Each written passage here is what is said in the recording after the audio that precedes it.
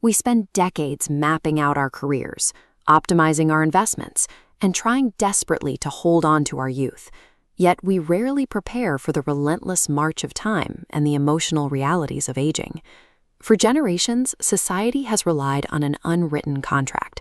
You pour every ounce of your time, money, and energy into raising your children, and in return, that total sacrifice acts as a guaranteed insurance policy for your twilight years. But that contract is quietly breaking down. Right now, there is a massive demographic of elderly parents living inside the beautiful homes of their highly successful children, yet they feel completely isolated, ignored, and treated like guests who have overstayed their welcome. This chart illustrates the traditional expectation. You send out a lifetime of total sacrifice, anticipating a steady return of reciprocal care.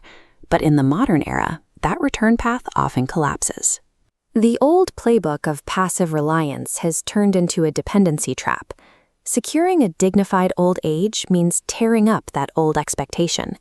You cannot simply wait to be cared for. You have to actively engineer your own autonomy. The first step in building that autonomy is fiercely guarding your material agency. There is a deeply ingrained instinct to give everything away to the next generation, but premature generosity carries immense risk. This visual shows the direct relationship between resources and independence. Signing over your savings or home strips away your leverage. Abandoning your permanent home shifts the dynamic. You lose the status of owner, taking on the heavy weight of dependency as a guest. Beyond your finances, you have to maintain physical boundaries. Continuing to do your own small daily chores keeps your body active and effectively wards off learned helplessness. Holding tight to your money, maintaining your home, and your physical routines doesn't mean you lack faith in your family. It establishes the vital infrastructure required to command respect. Once your physical independence is secure, you have to navigate the inevitable friction of changing times. Your children will adopt lifestyles, habits, and ways of dressing that look entirely alien to you.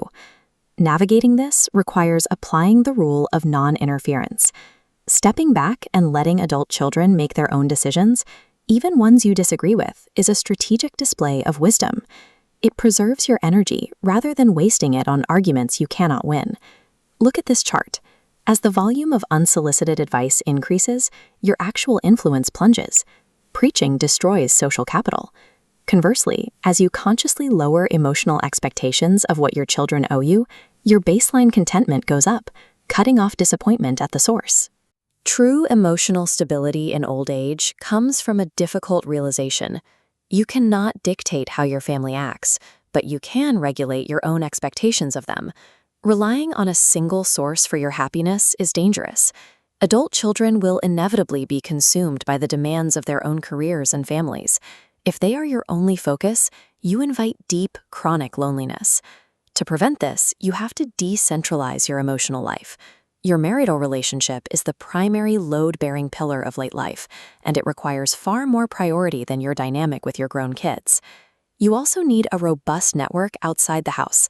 Cultivating relationships with neighbors, reconnecting with old friends, or joining community groups preserves an identity that exists completely separate from your role as a parent or grandparent.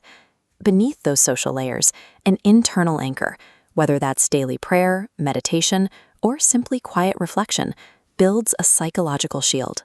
It offers profound peace when the house inevitably gets quiet. This diagram outlines a phenomenon known as the values loop.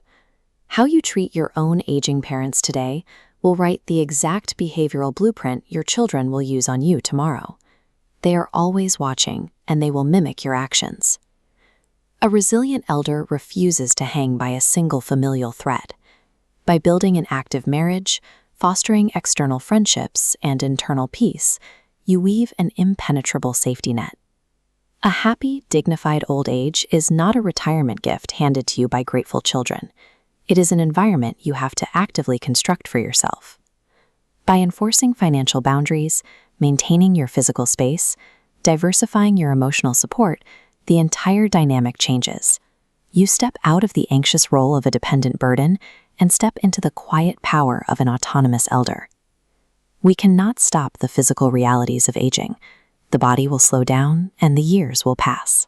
But as long as you actively maintain your personal agency, the loss of your personal dignity remains entirely optional.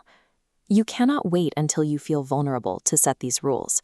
The boundaries and habits that will protect you tomorrow must be implemented immediately, while you still have your full strength. The respect you command in your twilight years isn't fueled by the sacrifices you made decades ago.